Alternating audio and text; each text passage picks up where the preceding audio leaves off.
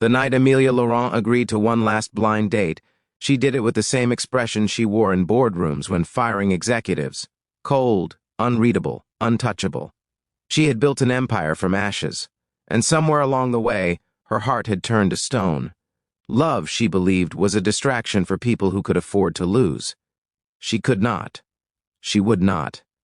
But fate has a way of slipping past even the most guarded doors, and the man who walked into that quiet restaurant would shatter every wall she had so carefully built.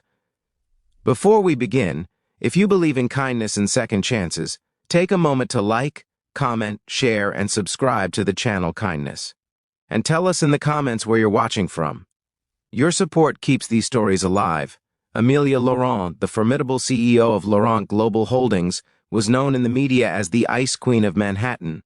Business magazines compared her to legends like Miranda Priestly, though Amelia had earned her reputation in the ruthless world of finance, not fashion.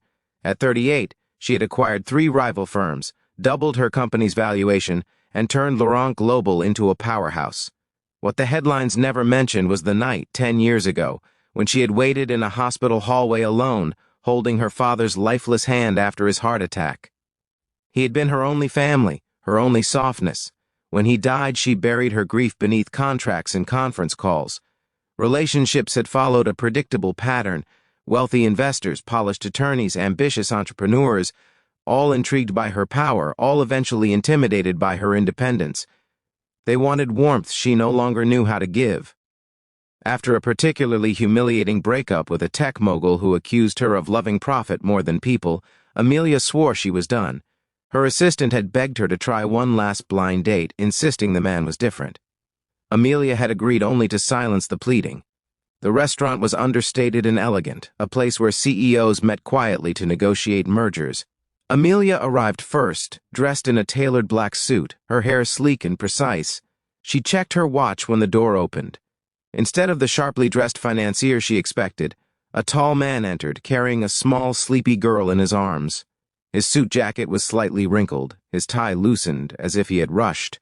The child's head rested on his shoulder, a tiny hand gripping his collar. For a fleeting second, Amelia assumed he was waiting for someone else. Then he approached her table. His name was Daniel Reed, a civil engineer, a widower, and the father of the 5-year-old girl now stirring awake in his arms. Amelia felt irritation spike in her chest. She had not agreed to dinner with a child. She had not agreed to complications. But before she could excuse herself, the little girl opened her eyes and offered Amelia a shy smile that was missing one front tooth. Something unfamiliar flickered inside her, something she quickly suppressed. Daniel apologized for bringing his daughter, explaining that his babysitter had canceled at the last minute. He had nearly called to cancel, but he had promised himself he would not let fear rule his life anymore. There was no self-pity in his explanation, only quiet honesty. Amelia found that disarming. Dinner unfolded awkwardly at first. The child, Lily, colored on a paper napkin while Amelia and Daniel spoke. He talked about rebuilding bridges in underserved communities, about designing safer playgrounds, about losing his wife to cancer 3 years earlier, and learning how to braid hair through tearful YouTube tutorials. He did not boast. He did not try to impress her with wealth or status. He spoke about responsibility, about showing up, about love that remains even after loss. Amelia listened, initially out of politeness, then out of something deeper. She noticed the way Daniel cut Lily's food into perfect bite-sized pieces without interrupting his sentence, the way his eyes softened whenever she laughed, the way he looked at Amelia, not at her title, not at her designer watch, but at her, as if searching for something beneath the armor. When Lily accidentally spilled her juice onto Amelia's sleeve, the entire restaurant seemed to freeze. Amelia stared at the dark stain on her pristine jacket. In her world, mistakes cost millions. In her world, spills were disasters. Lily's lip trembled, her eyes filling with tears.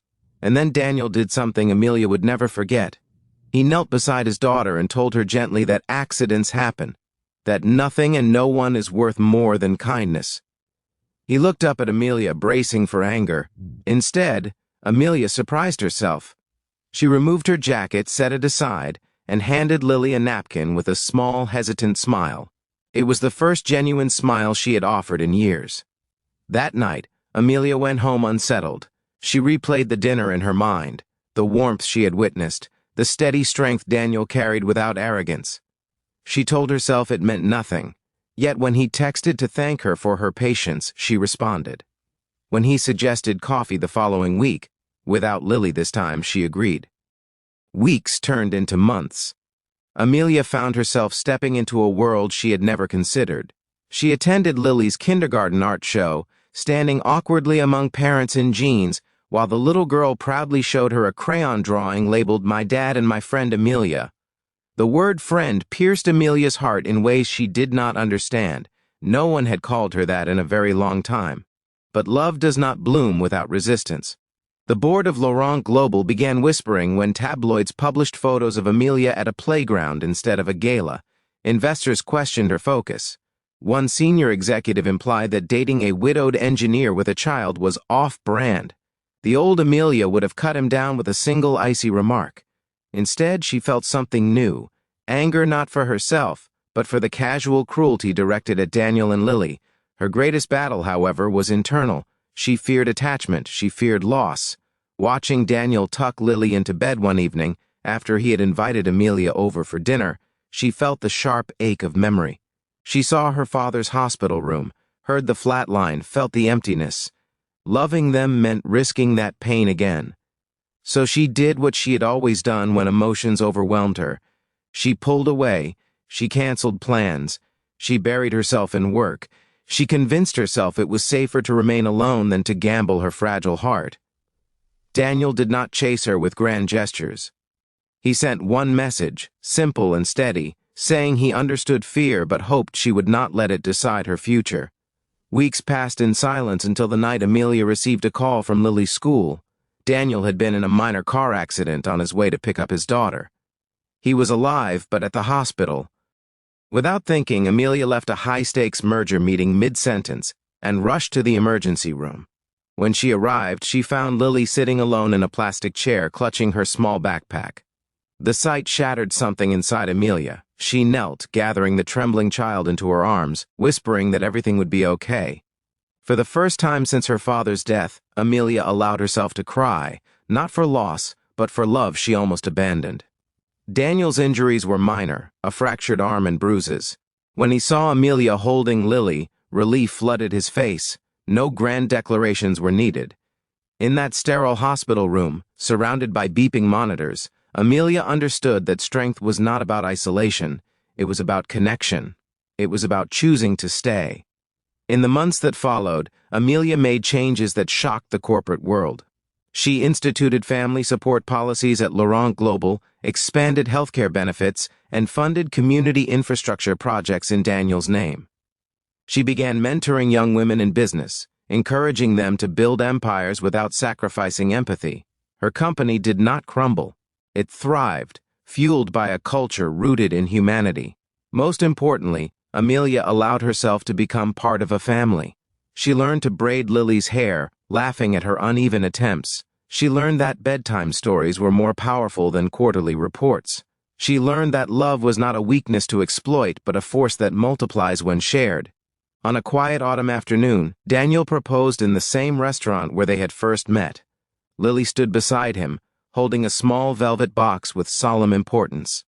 Amelia looked at the two souls who had patiently waited for her to lower her walls, and she said yes, not because she needed them to complete her, but because she wanted to build something together.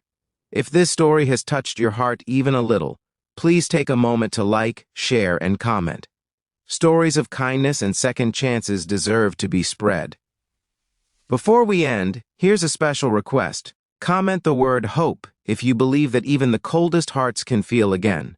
Amelia Laurent once believed love was a liability, but a single father who showed up, wrinkled suit, sleepy child and all, taught her that the greatest risk is not loving at all. And in choosing warmth over fear, she did not lose her power. She discovered a different kind of strength, the kind that changes lives forever.